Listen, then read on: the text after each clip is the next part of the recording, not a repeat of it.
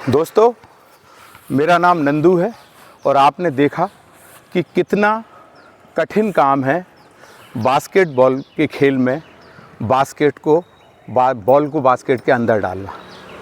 मेरा नाम नंदू है और आप देखना प्रारंभ कर चुके हैं आपका अपना YouTube चैनल दो टूक विद नंदू। आज हम गुना के क्राइस्ट स्कूल के गौरवशाली क्षण का हिस्सा बन रहे हैं। क्राइस्ट स्कूल गुना की बास्केटबॉल टीम ने इस वर्ष इतिहास रच दिया। इस टीम ने गुना के इतिहास में पहली बार CBSE क्लस्टर राज्य स्तरीय प्रतियोगिता जीतकर गुना ज़िले का नाम पूरे राज्य में रोशन कर दिया और फिर राष्ट्रीय स्तर पर पहुंचकर क्वार्टर फाइनल तक का सफ़र शानदार तरीके से पूरा किया। क्राइस्ट स्कूल गुना की बास्केटबॉल टीम ने नेशनल लेवल पर टॉप 8 टीम में जगह बनाकर हम गुना वासियों का सीना गर्व से चौड़ा कर दिया। आइए आज हम सब इन्हीं सितारों से बात करते हैं, उनके अनुभव, मेहनत और सफलता के सफ़र के बारे में। सबसे पहले हम बात करेंगे इस सितारों से सजी टीम के कप्तान आयुष रघुवंशी जी से। तो दोस्तों, स्क्रीन पर आप इस समय देख रहे हैं इस सफल टीम के कप्तान आयुष रघुवंशी को। आयुष जी, आपको बहुत बहुत बधाई इस सफलता की। सबसे पहले हम चाहते हैं कि आपके जो खिलाड़ी हैं, जिनकी वजह से, जिनके सहयोग से आपने इतनी बड़ी और इस टीम ने इतनी बड़ी सफलता प्राप्त की, उनसे हम परिचय प्राप्त कर लेते हैं। आइए। निमित जैन 9th F, दर्श गोयल 8th जी, मेधांश गोहतकर 9th D, अतर सोनी बधाई, बहुत अच्छे। Dixit 9th E, Partha Raghuvanshi 10th, उत्कर्ष कुशवाहा 10th E, गौरव रघुवंशी 11th, आदर्श Raghuvanshi 10th D, Darsh Agarwal 8th, Gauransh Saxena 10th, Raman Sharma team manager, Sachin Saxena NIS coach basketball. Ayush, सबसे पहले हमें ये बताइए कि आपने जब स्टेट टूर्नामेंट जीता उस समय का अनुभव कैसा था? क्या आसानी से जीत मिल गई थी कि कुछ मैचों में आपको मुकाबला कड़ा महसूस हुआ? स्टेट टूर्नामेंट में जो कंपटीशन था वो तो बहुत अच्छा था। वो सचिन सर ने हमें प्रैक्टिस कराई थी, PG कॉलेज पे भी वो हमें कोचिंग देते थे और यहाँ पे भरी दोपहर में 1:30 बजे बुला के भी हमें प्रैक्टिस दिया ताकि हम उस समय के लिए तैयार रहें, क्योंकि हमारे जो मैचेस थे वो मेनली 12-10 बजे के लगभग हुआ करते थे। तो वैसे तो शुरू में हमने कुछ टीमों को 1 साइडेड बहुत ही ज़्यादा लीड से हराया था, पर उसके बाद जैसे कि हम क्वार्टर फाइनल और फाइनल में पहुँचे, उस समय हमें थोड़ी सी दिक्कत हुई और फिर हमारी टीम भी बहुत स्ट्रॉन्ग थी, हमें एकता थी, तो हमने सब तालमेल अच्छा था, जिससे हमने प्लानिंग करी और वो टीमों को हराया। यहाँ पे भी हमने बहुत ज़्यादा प्लानिंग की थी कि किस टीम को किस तरह से करना है, जैसे कोई हाइट है तो उसे कैसे रोकना है और जैसे डिफेंस, कई तरह के डिफेंस लेने होते हैं, जैसे कि ये जोन है यहाँ पर, तो वो भी हमने डिसाइड किया था। सचिन सर ने भी हमें बताया था कि ऐसे डिफेंस करना है, पासिंग करनी है। तो एक कप्तान के रूप में अपने खिलाड़ियों को मोटिवेट कैसे करते थे आप? कप्तान के रूप में जैसे कभी कोई जैसे प्लेयर है वो अच्छे से नहीं खेल पा रहा है तो उसे मोटिवेट करते थे, उसका बास्केट रिंग पे लग नहीं रहा है तो उससे कहते थे कि वह अटेम्प्ट लेता रहे, निराश ना हो। ऐसे ही उससे बॉल छूट रही है तो अच्छे से बॉल पकड़े और ड्रिबल करते रहे, खुद का आत्मविश्वास ना खोए। ऐसे ही करके उन्हें मोटिवेट करना रहता था। थैंक यू आयुष, आपने बहुत अच्छी बात की हमसे।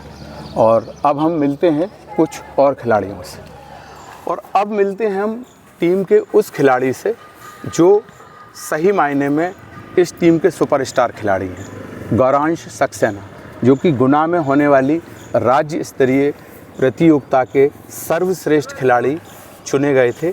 उनसे बात करते हैं। गौरांश, स्टेट जीतने के बाद नेशनल प्रतियोगिता के बीच में आपको कितने दिन का समय मिला और आपने उस दौरान क्या विशेष तैयारियां की? सर, सबसे पहले तो स्टेट चैम्पियनशिप 25 तारीख को फाइनल ख़त्म हो चुका था और क्योंकि हमने उस दिन गोल्ड जीता था तो हमें पता था कि हम अगले ही महीने नेशनल के लिए जाएंगे। ज़्यादा समय तो नहीं था, 10-12 दिन था, पर क्योंकि हमने 1 महीना 1.5 महीना पहले से ही हम रोज़ इस चीज़ की प्रैक्टिस कर रहे थे तो कुछ नया नहीं करना था। पर बात यही थी कि अब नेशनल है तो लेवल बड़ा होगा, इसलिए हमें अपनी तैयारी भी दुगनी करनी थी। तो हमने एक्स्ट्रा समय कोर्ट पर दिया हमारे कोच सचिन सर जी ने, उनने भी हमें एक्स्ट्रा चीज़ें बताई, क्योंकि स्टेट और नेशनल में बहुत बड़ा अंतर होता है, प्लेयर्स भी अलग लेवल के आते हैं। तो हमने कोर्ट पर भी और अपनी शरीर पर भी एक्स्ट्रा ध्यान दिया आराम करने के लिए। और मेन चीज़ यही थी कि स्टेट और नेशनल के बीच का डिफरेंस हम उस 10-12 दिन का टाइम है उसमें आराम से कर पाएँ और एक्स्ट्रा मेहनत कर पाएँ, इसलिए हमने एक्स्ट्रा टाइम दिया था।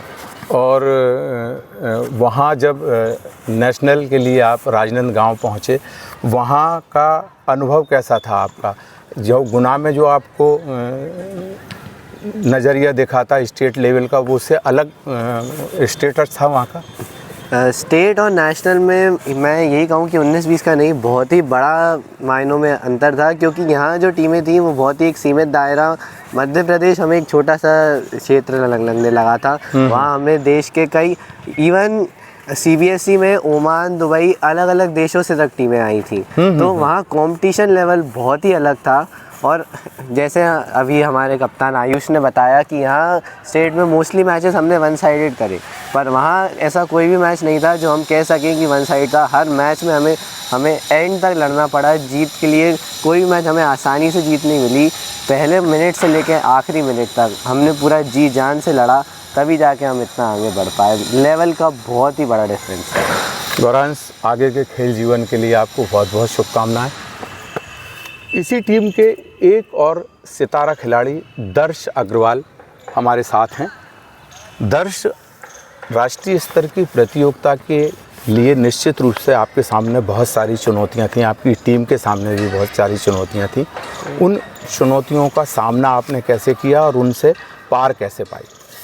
हमने सबसे पहले तो यहाँ से जीतने के बाद जो 10-12 दिन का गैप मिला था, उसमें थोड़ी कड़ी ट्रेनिंग करी और थोड़ा बॉडी को रिलैक्सेशन भी फील करा। उसके बाद वहाँ पे पहुँचने के बाद हमें कुछ बाहर देशों की भी टीम देखने मिली, जैसे Dubai, Oman, Kuwait etcetera and और यहाँ इंडिया की भी कुछ बेस्ट टीमों से हमारा मैच हुआ, जिनमें उनने कड़ी टक्कर दी हमें। और कोई भी मैच ऐसा वन साइडेड तो नहीं रहा, पर हमारी टीम हर एक सेकंड के लिए लड़ी गेम में जब वो प्लेड हुआ।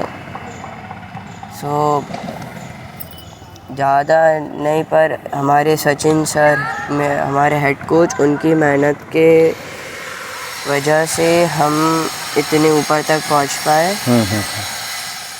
इस समय स्क्रीन पर मौजूद हैं स्कूल के प्राचार्य, हम उनसे जानकारी लेना चाहते हैं। नमस्ते सर। नमस्ते। सबसे पहले ये बताइए कि इस ऐतिहासिक उपलब्धि पर सबसे पहली प्रतिक्रिया क्या थी आपकी जब आपको खबर लगा? कि मेरे को इतना आनंद आ गया कि हमारे बच्चे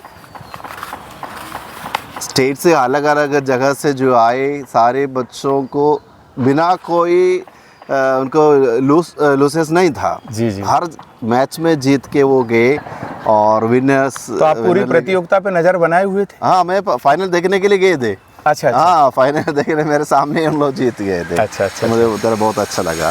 स्कूल में खेल गतिविधियों को बढ़ावा देने के लिए और कौन कौन से कदम उठा रहे हैं आप? अभी हम सोच रहे हैं कि और भी बच्चों के हौसला बढ़ाने के लिए लॉन्ग टेनिस और इंडोर गेम्स हमने साल शुरू किया। इंडोर गेम्स ही शुरू की, और बास्केट और वॉलीबॉल, क्रिकेट और पिच बने हुए हैं, उसको भी थोड़ा बढ़ावा देना है, और फुटबॉल। तो जितना भी बच्चों को इंटरेस्टेड है, लेकिन अभी स्केटिंग भी बच्चे अभी जीत के आए हैं, बैडमिंटन में भी अभी जीत के आए हैं। तो हम ले रहे हैं कि बच्चों को जो अभी एक नए इंस्पिरेशन बच्चों के मन में आए कि हम अच्छा खेलेंगे तो हम जीत हासिल कर सकते हैं। बिल्कुल सर, आपके निर्देशन में निश्चित रूप से आगामी वर्षों में क्राइस्ट स्कूल खेल जगत में भी अपना नाम और ऊपर ले जाएगा और रोशन करने का आपने हमको समय दिया, बहुत बहुत धन्यवाद। Thank you sir, thank you. और हमारे साथ हैं टीम के मैनेजर रमन शर्मा। रमन शर्मा जी, सबसे पहले तो आपको इस प्रतियोगिता में सफलता के लिए बहुत बहुत बधाई। Thank you sir, thank you. मैं ये जानना चाहता हूँ कि बास्केटबॉल में मैनेजर का कौन सा कार्य महत्वपूर्ण होता है, क्या क्या कार्य करता है? सर आप देखें जैसे कि बास्केटबॉल नहीं, सारे ही गेम्स में एक मैनेजर रहता है जो टीम को मैनेज करके चलता है। टीम को देखना, किस तरीके से टीम को वहाँ पर जाना है, ट्रेन वगैरह बस वगैरह वो मैनेज करना। उसके बाद फिर देखना कि टीम के लिए लंच में क्या है, डिनर में क्या है, ब्रेकफास्ट में क्या है, या टीम के किसी भी प्लेयर को इमोशनली या फीलिंग ऐसे कुछ आ जाती हैं, क्योंकि बहुत ही ज़्यादा समय से टीम वहाँ पर रहती है 10 से 12 दिन। हाँ। तो उनको घर की पेरेंट्स की याद आ रही है, होम सिकनेस वगैरह हो, होम तो दिक्कत आ रही है उनको, या कुछ मेडिकली कुछ हो जाता है उन्हें। तो ये सारी चीज़ें देखना कि टीम प्लेयर्स को कुछ प्रॉब्लम तो नहीं आ रही। यहाँ पर छोटे बच्चे हैं 8th क्लास के, 9th क्लास के, 10th क्लास के, जो कि इतने बड़े लेवल पर खेलने जा रहे हैं, तो वो कभी ज़्यादातर अपने पेरेंट्स से अलग नहीं रहे। तो उनको देखना या उनका रूम की व्यवस्था देखना। तो ड्रेसिंग रूम का माहौल खुशनुमा बनाने का काम भी आपका ही है? हाँ सर, माहौल बिल्कुल सही रहना चाहिए। बिल्कुल सर। अच्छा, इन बच्चों का डाइट कंट्रोल जैसे इसका भी ध्यान रखते हैं? हाँ। कि बच्चे चूँकि कई बार नहीं जानते कि हमको रात में क्या खाना चाहिए, क्या नहीं खाना चाहिए। एक्चुअली आप देखें तो नेशनल लेवल का टूर्नामेंट है, तो वहाँ पे डाइट तो ऑलरेडी उसी हिसाब से बनती है कि जो एक प्लेयर के लिए सफिशेंट रहती है। और दूसरी चीज़ देखें आप अगर, तो बच्चों को देखना कि रात में ज़्यादा देर तक तो नहीं जग रहे हैं, या ज़्यादा मोबाइल का यूज़ तो नहीं कर रहे हैं, उस तरीके की सारी चीज़ देख के चलना। और छोटे बच्चे हैं तो उनका मम्मी पापा से अच्छे अटैचमेंट बहुत ज़्यादा रहता है, और तो इमोशनली तो कुछ दिक्कत नहीं आ रही, या मैच खेलते टाइम उन्हें कुछ इंजरी हो जाती है। तो ये सारी चीज़ों को देख के चलना पड़ता है, एक मैनेजर का वर्क रहता है। बहुत बहुत धन्यवाद रमन जी आपका। Thank you sir. निश्चित रूप से आपका काम बहुत सराहनीय है और आपने उसमें सफलता भी प्राप्त की। Thank you sir, thank you. और इस समय आप स्क्रीन पर देख रहे हैं इस सफल बास्केटबॉल टीम के मुख्य कर्णधार यानी कि प्रशिक्षक कोच सचिन सक्सेना जी को। सचिन जी, सबसे पहले बहुत बहुत बधाई आपको। धन्यवाद। हम ये जानना चाहते हैं कि आपकी टीम ने राज्य स्तर से लेकर राष्ट्रीय स्तर तक शानदार प्रदर्शन किया। इस यात्रा में आपको सबसे यादगार पल कौन सा लगा? इसमें सबसे पहले तो मैं यादगार पल बताने से पहले मैं बताना चाहूँगा कि ये टीम जो हमारी बनी है, इसकी सफलता के लिए हमको 1 महीना 2 महीने नहीं, ये सालों की मेहनत थी। लास्ट ईयर यही टीम ने हमने मध्य प्रदेश में 3रा स्थान प्राप्त किया था। तो 3रे स्थान प्राप्त करने के बाद ही मेरा लक्ष्य यही था कि मेरे को नंबर 1 बनना है। तो वही मेरे को नंबर 1 का जो लक्ष्य लेके गया था, वही मेरे को सबसे ज़्यादा यादगार रहा कि हम यहाँ पे गुना में चैम्पियन बने, नंबर 1 बने, और वही यादगार पल मेरे साथ जुड़ा। इसके पीछे रणनीति या कोई सीक्रेट जो आपने अपनी टीम को दिया और जिसकी वजह से वो इतनी आत्मविश्वास से खेले और सफलता प्राप्त की? सबसे बड़ा रणनीति में यही था कि मैंने इन सबको यही एक चीज़ बोला था जब हमारा सेमीफाइनल चालू होने वाला था। तो मैंने यही बोला कि आप हमारे बास्केटबॉल क्वार्टर में 10-10 मिनट के क्वार्टर होते हैं। तो मैंने कहा आपके लाइव के 40 मिनट है, आप 10-10 मिनट ऐसा खेलना कि बस लाइव का आखिरी मैच है। तो आप विश्वास ना मानेंगे, हमारा जब सेमीफाइनल हुआ रतलाम से, तो रतलाम की टीम काफ़ी अच्छी टीम थी, लेकिन हमने उस टीम को वन-साइडेड कर दिया।